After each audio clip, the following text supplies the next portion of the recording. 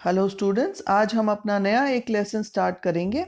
Lesson 9 आनुवांशिकता एवं जैव विकास, heredity and evolution. इस लेसन को हम हिंदी और इंग्लिश में बारी बारी से दोनों में ही एक्सप्लेन करेंगे और आप इसको अच्छे से आसानी से समझ सकेंगे क्योंकि यहाँ पर दोनों मीडियम से इसको समझाया जा रहा है।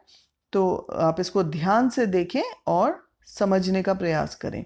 सबसे पहले हम देखते हैं कि आनुवांशिकता क्या है। तो आनुवांशिकता विभिन्न लक्षणों का एक पीढ़ी से दूसरी पीढ़ी में या जनक से संतति वंशागत होना, अर्थात कि एक जनरेशन से दूसरे जनरेशन में जो गुण ट्रांसफर हो रहे हैं। जैसे कि हम अपने माता पिता को देखते हैं तो उनमें बहुत सारे गुण ऐसे होते हैं जो अपने माता पिता से हमें अपने में नजर आते हैं। तो ये हमारा, इसको हम कहते हैं आनुवांशिकता, जहां पर जो लक्षण है वो एक पीढ़ी से दूसरी पीढ़ी में स्थानांतरित हो रहे हैं। अगला अगर हम देखें विभिन्नता, विभिन्नता यानी कि एक स्पीसीज में प्राणियों के लक्षणों के बीच अंतर को विभिन्नता कहा जाता है। कि एक ही स्पीसीज है, मान लो मनुष्य है, तो हर एक मनुष्य में जब हम देख रहे हैं कि प्रत्येक मनुष्य में अपना एक कोई निश्चित गुण है और सब में अलग अलग गुण हैं, तो यहाँ पर हमारी स्पीशीज एक है लेकिन उनमें हमें अनेक विभिन्नताएं देखने को मिलती हैं। अब इसके बाद अगर हम देखें कि जीन्स क्या है, तो जीन्स को की अगर हम बात करें तो आनुवांशिकता की बुनियादी और कार्यात्मक इकाई है जिसे हम जीन कह रहे हैं, और ये जीन डीएनए संरचना बनाती है। मनुष्य के अंदर जो जीन है उसकी दो प्रतियां होती हैं जिसको हम क्या कह रहे हैं, एलील कह रहे हैं, और ये हमें प्रत्येक माता और पिता से प्राप्त होती है। एक जीन के एलील विभिन्नता और विशिष्टता की जिम्मेदारी लेते हैं। तो अभी अगर हम नीचे भी देखेंगे तो हमारे क्वेश्चंस हमें दिए हुए हैं। फर्स्ट क्वेश्चन में जैसे कह रहा है कि परिभाषा लिखें आनुवांशिकता, विभिन्नता, क्रोमोसोम्स, लक्षण एवं जीन। तो अभी जैसे हमने आनुवांशिकता की और विभिन्नता की बात की है, तो यहां पर आप देख रहे हैं ये अभी हमने आनुवांशिकता की बात की, तो ये हमारा फर्स्ट आंसर है। तो इसको हम बाद में रिपीट नहीं करेंगे। यहाँ से आप इसका जो है फर्स्ट आंसर का जो ए पार्ट है उसमें हमें आनुवांशिकता की परिभाषा मिल रही है, यहाँ पर हमें विभिन्नता की परिभाषा है। उसके बाद जीन क्या है हमने ये देखा। इसके पश्चात जैसा कि हमें पता है कि जीव जो है वो एक कोशिकीय जीव भी होते हैं और बहुकोशिकीय जीव भी होते हैं। तो बहुकोशिकीय जीव को जनरली हम क्या कह रहे हैं, यूकैरियोटिक जीव हैं। तो इनकी यूकैरियोटिक कोशिका में जो नाभिक है उनके गुण सूत्रों में आनुवांशिक सामग्री गुण सूत्रों के रूप में मौजूद रहती है। अब ये गुण सूत्र हैं क्या, ये फिर हमारा फर्स्ट आंसर आ रहा है ना। फर्स्ट आंसर में ये भी पूछा गया है कि गुण सूत्र क्या है। तो गुण सूत्र धागे की तरह की एक संरचनाएं होती हैं जो आनुवांशिक जानकारी को एक पीढ़ी से दूसरी पीढ़ी तक ले जाती है। और ये जो गुण सूत्र, या इनको हम क्रोमोसोम्स भी कहते हैं इंग्लिश में, तो क्रोमोसोम्स जो हैं वो डीएनए और प्रोटीन के बने हुए होते हैं। तो ये क्रोमोसोम्स की हमारी परिभाषा है। उसके बाद हम देखते हैं कि कोशिका विभाजन, आनुवांशिकता, विभिन्नता और पुनर्जनन, इनमें क्रोमोसोम्स महत्वपूर्ण भूमिका निभाते हैं। डीऑक्सीराइबोन्यूक्लिक एसिड जो है मनुष्य में वंशानुगत सामग्री है और यह सभी अन्य जीवों में एक व्यक्ति के शरीर में लगभग हर कोशिका में समान डीएनए होता है, और अधिकांश डीएनए जो है वो कोशिका में नाभिक, जहां पर कि जिसे हम परमाणु डीएनए कहते हैं, उसमें स्थित होता है। अब कुछ डीएनए माइटोकॉन्ड्रिया में भी पाया जाता है। अब एक जीव की एक विशिष्टता है जिसको हम क्या कह रहे हैं, लक्षण, है ना। कि हर जीव में एक कैरेक्टरिस्टिक स्पेशल होता है जिसको कि हम क्या कह रहे हैं, लक्षण। ये भी हमारा नीचे हमें फर्स्ट क्वेश्चन के अंदर एक शब्द दिया हुआ है जिसको हमें परिभाषित करना है, लक्षण। तो लक्षण क्या है, एक जीव की एक विशिष्ट विशेषता होती है जिसको हम लक्षण कह रहे हैं। यह लक्षण जीन या पर्यावरण द्वारा निर्धारित किए जाते हैं। कि ये जो लक्षण है ये या तो जीन के द्वारा निर्धारित किया जाता है या पर्यावरण के अनुसार ये लक्षण बदलता रहता है। इसके पश्चात अगर हम देखेंगे कि जनन के दौरान किस तरह से विभिन्नताएं हमें देखने को मिलती है, तो अब यहाँ पर हम देखें जो पूर्ववर्ती पीढ़ी है उससे वंशागत संतति में एक आधारिक शारीरिक जो डिजाइन है या कुछ विभिन्नताएं प्राप्त होती हैं जो दूसरी पीढ़ी में पहली पीढ़ी से आहरित विभिन्नताएं और कुछ नए विभिन्नताएं उत्पन्न होती हैं। इसका मतलब है कि जब एक पीढ़ी से गुण दूसरी पीढ़ी में स्थानांतरित होते हैं या जैसे हम माता पिता से जो संतान उत्पन्न हुई तो उस संतान के अंदर कुछ विशिष्ट गुण आ गए जो उसको अपने कुछ माता से मिले कुछ पिता से मिले। और उस स्थिति में अगर हम चित्र 1 को अगर हम देखें और इन गुणों के साथ साथ उसके अपने अंदर भी कुछ नए गुण आते हैं। तो अब जैसा कि हमें ये चित्र के द्वारा दर्शाया गया है कि अगर इस चित्र में हमें देखें तो ये अलैंगिक जनन का उदाहरण है जिसमें एक जीव से 2 जीव उत्पन्न हुए। अब इनमें आप कुछ विभिन्नताएं देख रहे हैं। तो अलैंगिक जनन में विभिन्नताएं होती हैं लेकिन बहुत कम होती हैं लैंगिक जनन के कंपैरिजन में। तो यहाँ पर अब 2 जीव हमें मिले और इन 2 जीव से हम देख रहे हैं फिर से इनमें जनन हुआ जिसके द्वारा हमें 4 अन्य जीव प्राप्त हुए। अब इनमें कुछ विभिन्नताएं, ज्यादातर तो सब समान ही है लेकिन कुछ माइनर विभिन्नताएं हमें देखने को इसमें मिलती हैं। तो यहाँ पर अगर हम बात करें एक जीवाणु की, कि जीवाणु है उसमें क्या हो रहा है, एक अलैंगिक जनन हो रहा है और अलैंगिक जनन से केवल एक जीन से कितने जीवाणु उत्पन्न हुए, 2 जीवाणु हमें प्राप्त हो रहे हैं जो कि पुनः विभाजित होके जैसे अभी हमने चित्र में देखा हमें 4 जीवाणु मिले जिनमें बहुत अधिक समानता है और उनमें अगर हम अंतर की बात करें तो बहुत कम अंतर देखने को मिला है।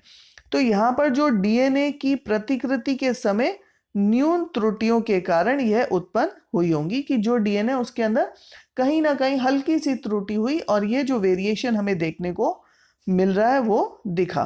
परंतु यदि अगर हम लैंगिक जनन की बात करें तो वहां पर विविधता अपेक्षाकृत अधिक होती है कि लैंगिक जनन में विविधताएं हमें ज्यादा देखने को मिलती हैं। तो अब यहाँ पर एक प्रश्न है कि क्या किसी स्पीसीज में इन सभी विभिन्नताओं के साथ अपने अस्तित्व में रहने की संभावना एक समान है, लेकिन निश्चित रूप से नहीं। क्यों? क्योंकि विविधता के आधार पर ही विभिन्न जीवों में विभिन्न प्रकार के लाभ हो सकते हैं।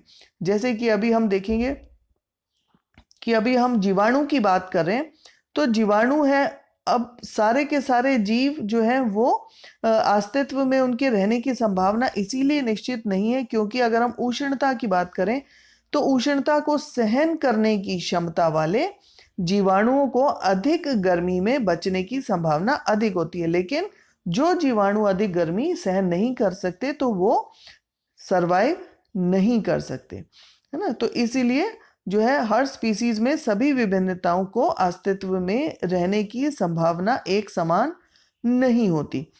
अब इसके अंदर अगर हम अपने प्रश्नों को देखें तो हमें पहले प्रश्न के सभी उत्तर मिल गए। हमने यहाँ पर डिस्कस कर लिया कि किस तरह से आनुवांशिकता, विभिन्नता, क्रोमोसोम्स, लक्षण और जीन, इनकी परिभाषाएं क्या हैं और ये हमें अपने शरीर में कहाँ पर प्राप्त होते हैं या इनके क्या कैरेक्टरिस्टिक फीचर हैं। सेकंड प्रश्न की अगर हम बात करें तो सेकंड प्रश्न कह रहा है कि एक लक्षण है ए, वो अलैंगिक प्रजनन वाली समष्टि में 10% सदस्यों में पाया जाता है और लक्षण बी उसी समष्टि में 60% जीवों में पाया जाता है। तो कौन सा लक्षण पहले उत्पन्न हुआ? तो डेफिनेटली बी जो है, जो कि 60% है, वह पहले उत्पन्न हुआ। क्यों? क्योंकि उसके अंदर रेप्लिकेशन होते होते वो कहाँ तक पहुंच गया? 60% तक पहुंच गया। इसका मतलब वो जीवाणु के या वो उस जीव के शरीर में पहले से ही उपस्थित है, तो इसलिए वही लक्षण पहले उत्पन्न हुआ। तो होप स्टूडेंट्स ये हिंदी में वर्कशीट आपको क्लियर होगी। अब इसको एक बार हम इंग्लिश में भी देखते हैं। First of all we will define what is heredity. Heredity की अगर हम बात करें तो हेरिडिटी क्या है? Transmission of traits and characteristics from one generation to the other, that is from the parents to the offsprings. जैसा कि हम देखते हैं कि हम अपने माता पिता या भाई बहन से मिलते हैं, कोई ना कोई गुण हमारा उनसे मिलता है, तो इसको हम कह रहे हैं हेरिडिटी ट्रांसमिशन। अभी नीचे हम अपने प्रश्नों को भी देखेंगे तो हमारे पहले प्रश्न में कई डेफिनेशंस पूछी गई हैं, जिसमें पहली डेफिनेशन आ गई हमारी हेरिडिटी। सेकंड हम देखते हैं वेरिएशन। अब वेरिएशन क्या है? डिफरेंसेस बिटवीन द कैरेक्टरिस्टिक्स और traits among the individuals of the same species are called as variations. So for example अगर हम ह्यूमंस की ही बात करें तो इस संसार में इतने ह्यूमंस हैं और सब में कुछ ना कुछ डिफरेंट कैरेक्टरिस्टिक्स हैं, तो यहाँ पर हमें वेरिएशंस देखने को मिलती है। तो हमारे फर्स्ट क्वेश्चन के अंदर वेरिएशंस को भी डिफाइन करने को कहा गया है, तो ये भी हमारे पास फर्स्ट क्वेश्चन का आंसर है। नेक्स्ट अगर हम देखें कि जीन्स क्या है, so these genes are basically the fundamental unit and functional unit of heredity, and these genes they are made up of DNA structure. In case of humans, 2 copies of each gene which is known as allele. allele क्या है कि एक gene की 2 copies हैं जिसमें कि एक mother से आ रही है और एक फादर से आ रही है, इसको हम कह रहे हैं allele. And these alleles of genes they are responsible for variation and uniqueness of each individual. तो ये जो जीन्स हैं, जो एक डबल जीन्स हैं या डुप्लीकेट में जीन्स हैं, जिसको हम एलील कह रहे हैं, एक मदर से है और एक फादर से है, और वही रिस्पॉन्सिबल है for variation in an organism, and the different variations of a particular gene is known as allele. तो यहां पर भी हमारा एक प्रश्न है, पहले प्रश्न में ही उन्होंने पूछा हुआ है कि एलील क्या है। So the different variations of a particular gene, उसको हम एलील कह रहे हैं। तो ये भी हमारा फर्स्ट आंसर है। अब नेक्स्ट हम देखते हैं कि in eukaryotic, as we know कि प्रोकैरियोट्स होते हैं जिसमें न्यूक्लियर मटेरियल या क्रोमैटिन मटेरियल न्यूक्लियस के अंदर या सेल में डिस्ट्रीब्यूटेड रहता है, वो एक सेल मेम्ब्रेन से बाउंडेड नहीं होता। लेकिन यूकैरियोट में एक प्रोमिनेंट सेल न्यूक्लियस होता है जिसमें एक प्रोमिनेंट न्यूक्लियर मेम्ब्रेन है। तो उस न्यूक्लियस के अंदर ये genetic material is present in the nucleus, उसको हम क्या कह रहे हैं? Chromosomes. And what are these chromosomes? Again this will be the first answer. Chromosomes, these are thread-like structures which carries genetic information from one generation to other. जैसे अभी हमने बात किया था कि जो कैरेक्टर्स ट्रांसफर हो रहे हैं from one generation to another, that is carried by chromosomes, and these chromosomes they are made up of DNA and proteins, and they play a vital role in cell division, heredity, variation, mutation, repair and regeneration. Now, what is this DNA? DNA means full form is deoxyribonucleic acid, which is a hereditary material in humans and almost in all the organisms. And nearly every cell in a person's body has the same DNA. So again, DNA can also be defined from here that it is a hereditary material in humans and is present almost in all the organisms. Now this most of the DNA is located in the cell nucleus. Where this DNA is present, it is present in the cell nucleus, but a small amount of DNA can also be found in mitochondria. So besides the cell nucleus, DNA is also present in mitochondria. Now there is one more term that is a trait. What is this trait? It is a specific characteristic of an organism. So trait can be determined by genes or by the environment, or most commonly by interaction between them. Means this trait is a special characteristic of a particular organisms and which can change according to the change in the genes or environment. So we will just see an example. Now, what is happening during inheritance from the previous generation? So when we see inheritance from the previous generations, the changes are there for the next generation. Now, what would happen to this new generation?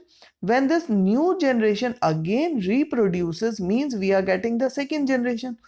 So this second generation will have differences that they inherit from the first generation, as well as the newly created differences are there. So as we are seeing in this figure, we are seeing the asexual reproduction. This is one organism, it is reproducing to produce two organisms. We see maximum these two organisms, they are similar, but slight differences there. So from these two organisms, when these four organisms are reproduces, again we see that similarity is there, but minor changes are there, and that minor changes are due to small inaccuracy in DNA copying. However, if we see sexual reproduction, so in case of sexual reproduction, greater diversity is being observed.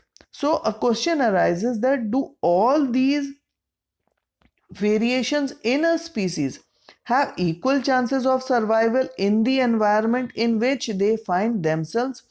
Obviously not, because as we have just seen that the differences in the individual arises if there is a change in the genes or in the environment. So for example, if a bacteria, it can withstand heat, so it will survive better in a heat wave, but some variations will not survive in heat because they are not able to adjust to the changes, and these organisms may die or become extinct. So this is about the today's worksheet. Now let us see the question answers. So first questions, as we have discussed all these terms while explaining these terms, so this part has been explained. Now let us see the second question.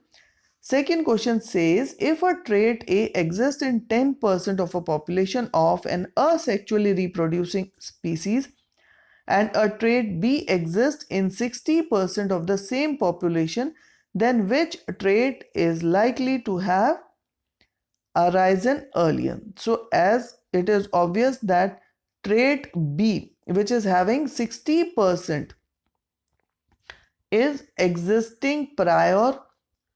Why? Because it is arisen earlier, because this trait has been replicating and existing in a higher percentage. Replicating and existing in a higher percentage of a population as compared to trait A. So hope students, this worksheet must be clear.